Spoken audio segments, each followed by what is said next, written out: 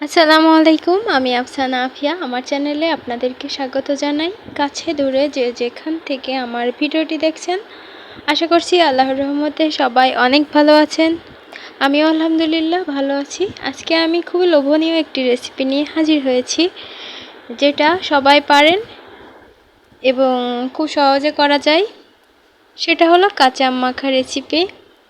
গরমের দিনে এই আম মাখা পেলে কি আর লাগে বলেন। আজকে কিন্তু রজনী আম মাখাচ্ছে, আমি শুধু ভিডিও করছি আর আপনাদেরকে দেখাচ্ছি কিভাবে এত সুন্দর রেসিপিটা ও তৈরি করে। প্রথমে চুলায় একটু অল্প সরিষার তেল দিয়ে শুকনা মরিচ, কয়েকটা রসুনের কোয়া, গোটা জিরা, লবণ ভাজি করে নিয়ে শিলপাটায় বেটে নেওয়া হচ্ছে এবং এগুলো বাটা হয়ে গেলে তুলে নেওয়া হলো। এদিকে আমগুলো কুড়ানো হচ্ছে।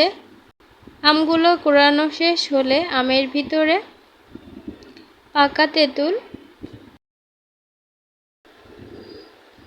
দিয়ে দিচ্ছে, কাসুন্দি আর বেটে রাখা মশলা,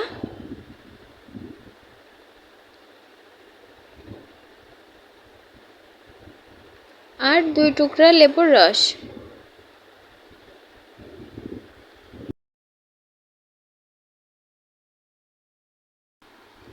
এখন ভালোভাবে আমটা মাখিয়ে নিচ্ছে।